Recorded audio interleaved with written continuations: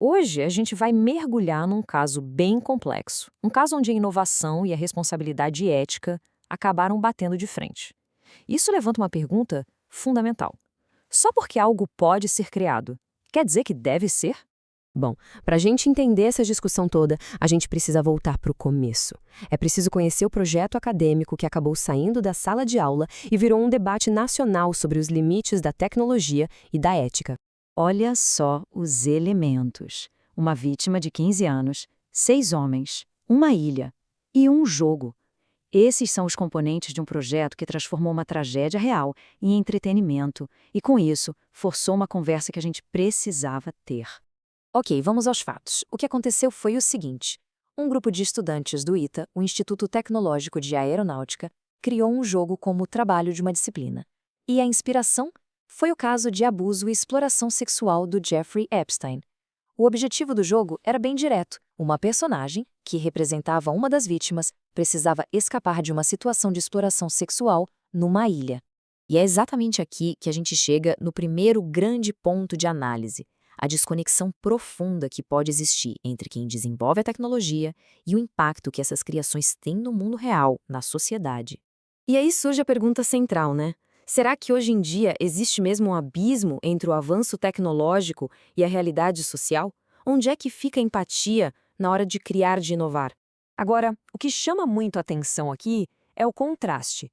De um lado, a gente tem a gamificação, a transformação de um crime real em entretenimento, com o objetivo simples de escapar. Do outro lado, a gente tem o trauma humano real, a experiência vivida pelas vítimas e as consequências que, na verdade, duram a vida inteira. Então, o ponto-chave aqui é que esse incidente acende um alerta sobre a banalização da violência. Quando um sofrimento humano tão profundo é tratado como se fosse só um conceito para um jogo, isso mostra uma falha muito grave de responsabilidade social na área da tecnologia. Mas a questão não para nos criadores do jogo. A responsabilidade vai além. Agora, a gente precisa analisar o papel da instituição, do ambiente acadêmico que, de alguma forma, permitiu que um projeto como esse sequer fosse pensado. Isso levanta um monte de perguntas importantes sobre a cultura institucional, sabe? Qual é o papel dos professores na formação desses futuros profissionais? Como uma instituição de ensino deve agir quando acontecem falhas éticas assim? E, talvez a mais importante de todas, de quem é a responsabilidade coletiva? A defesa que a gente costuma ouvir nessas situações é essa: não pensamos nas consequências. Só que essa alegação não pode ser vista como um simples descuido, né? Ela aponta para um problema bem mais fundo na formação, para uma falta de orientação ética. E o perigo é justamente este: quando a formação técnica não vem junto com uma formação ética, se cria uma cultura onde o silêncio pode ser confundido com consentimento, permitindo que ideias problemáticas simplesmente sigam em frente, sem nenhum tipo de questionamento. Certo. Então, como é que a gente constrói um futuro diferente? A resposta talvez esteja num conceito fundamental. A gente precisa entender a computação como uma prática sociotécnica. E é esse conceito que ajuda a gente a responder aquela pergunta sobre os limites da liberdade criativa em projetos acadêmicos. A liberdade para criar existe, claro, mas ela precisa de um guia, de um princípio, que coloque inovação e ética na mesma balança. Então, o que seria essa prática sociotécnica? É basicamente a compreensão de que tecnologia e sociedade não são duas coisas separadas.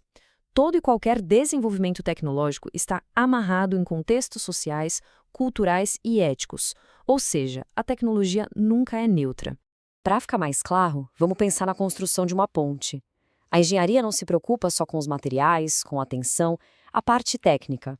É preciso pensar em quais comunidades essa ponte vai conectar ou quais ela vai isolar. Essa é a parte social. Com software, é a mesma lógica. Sem princípios éticos muito firmes, a tecnologia tem o poder não só de refletir, mas de amplificar as desigualdades e as violências que já existem na nossa sociedade. Cada linha de código tem uma consequência no mundo real. Bom, vamos caminhando para o fechamento, para a gente juntar tudo o que vimos até aqui. A reflexão que esse caso provoca não é só importante, ela é urgente. A excelência técnica por si só não basta. Ela só alcança seu propósito de verdade quando vem acompanhada de uma responsabilidade social gigante. A habilidade sem consciência ética pode acabar sendo prejudicial. No fim das contas, o objetivo da tecnologia precisa ser muito claro: elevar a sociedade, criar soluções, melhorar a vida das pessoas. E nunca, em nenhuma hipótese, revitimizar ou banalizar o sofrimento de alguém. Isso nos traz de volta à tese central de toda essa análise, uma provocação final. Nem tudo que pode ser desenvolvido deve ser desenvolvido. A questão não é se podemos criar algo, mas sim se devemos. E é essa a reflexão que fica.